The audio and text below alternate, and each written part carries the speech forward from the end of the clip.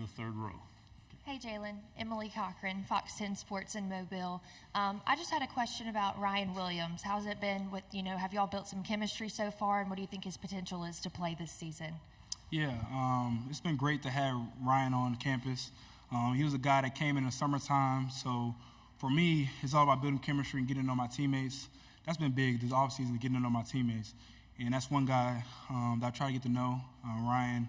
Doing a really good job just trying to master the system, master the game plan, master us as a group, because it's new. I was a guy that came in, and it was all about finding your place and also trying to get better, but also meeting new guys. And so that's a guy that I try to build a relationship with. But with our reps that we have together, he's doing a really good job building, getting better, and he's a guy that's likable around the whole campus and all the coaching staff, and it's a guy that's a key resource for Alabama. We'll stay on the same row on the end. Corey LeBounty, WNSP 105.5, Mobile, Alabama. Jalen, I know you've been doing camps throughout the summertime with the kids. Talk about the fun and excitement that you had in Mobile a couple of days ago. And also, a second part, the mental health issue aspect of things that you brought out and how you've been affected by it and how you can help others by talking about the mental aspect of it. Firstly, the camps. My first camp was in Tuscaloosa at Hillcrest High. What a great moment. That was something that was one of my goals, was to host my first camp, host a camp, and it was a sense of giving back to the community and allowing kids to have fun and branch off and meeting new people and have an opportunity to play the game of football. The game of football is beautiful. It's a vehicle for allow you to meet a lot of great people, but also put you in a journey where you can meet and get and build on your craft. And that's something I try to utilize is the game with having these camps initially. With the camps I just had, it was awesome to be there with the kids, be involved with the camp. I was able to play 7-on-7 with the kids, saw some good gritty moves, saw some good dance moves, saw some good touchdown celebrations. A lot of kids having fun in that hot sun, so they were grinding. But no, it was a lot of fun to have the camps. I look forward to building and having more camps in the future, so it was very exciting. Secondly, you asked about the mental health aspect. I think that is a strength that people must have to be successful in the game of football. And you might not realize it until you hit a tough moment on your journey. And it's all about being around the right people that uplift you and also being around people that want to see the best from you and in you. And so that's all what it came down to. And I'm a strong believer in faith and having that on your side, and it gives you direction and purpose, and it gives you the strength in any opportunity that is presented that adversity might pop up. But I think mental health is something that you should truly be strong in. Front row, and then pass it over your shoulder. Hey, Jalen, Jacques Doucet, WAP in Baton Rouge. A two-part question for you. Going into last year's LSU game, you didn't have a whole lot of yardage rushing, and then you took over that game as a runner. What transpired in that game? And then second, your thoughts on going to Tiger Stadium and what you've seen and heard about that this year. Yeah, I think one thing that Coach Saban said to me and it set home for me was being a point guard with the football, whether it's distributing the ball to our playmakers, whether using your legs, put the ball in place so our offense can be successful, but also doing things that's all a part of the game plan. Of course, you try to master the game plan throughout the week and look at some tendencies, weaknesses from an opposing opponent. And when it came to that week, it was all about attacking the game plan and trying to do what was best for our offense, whether it was my arm, whether it was my legs. That's what truly took place. Secondly, with your question about going to Tiger Stadium, what a great opportunity, being a road warrior. Playing SC is the best conference. I feel as though each and every week you have to give your all, especially being in Alabama, you're going to get everybody's best game. So, we're anticipating a great crowd, a lot of energy, so super excited for the future with playing on the road. Front row on the right. Eric Bailey with the Tulsa World, kind of piggybacking off that question. Kirby Smart did say yesterday any road win in the SEC is a big win, and Oklahoma is going to come to expect tough Saturdays on the road.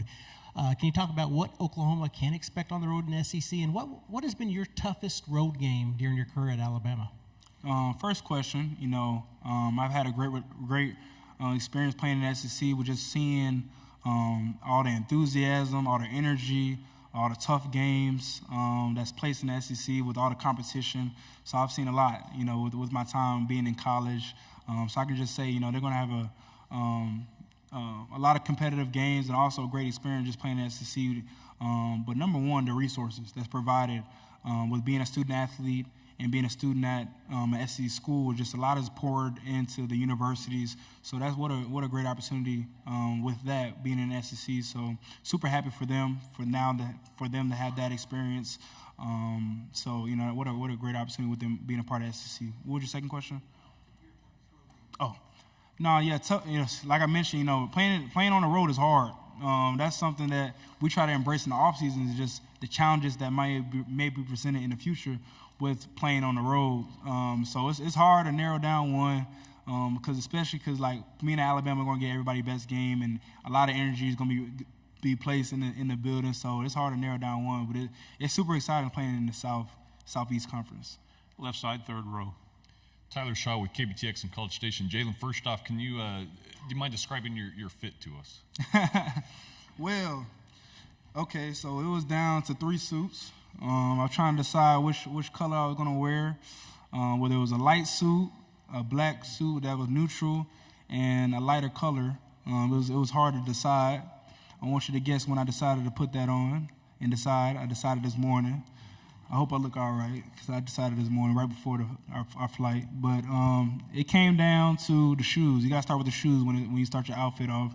So I got the black Pradas on, and so from there I built upon that, and then I got all the way up. Right side on the aisle. Yeah, Joseph Duffy, TSTV Sports in Austin. Your old lineman, Tyler Booker, mentioned how not just that final play in the Rose Bowl has motivated y'all so far in the season, but really the entirety of the game with some miscues that y'all wish you could have back. Being that your coach and Kalen DeBoer had the same kind of miscues that he wanted back at Washington, has he used that game also in the national championship to motivate you all together, and if so, how? What a great question. I'll say there's a lot of things that you can always reflect on from past seasons, and number one for us was last year. We were blessed and fortunate to be in the college playoffs, one game away. What burn do you need more than being that close to a championship? And so for us, we're very passionate about each other, but also passionate about achieving short-term goals and long-term goals as we're going along this process.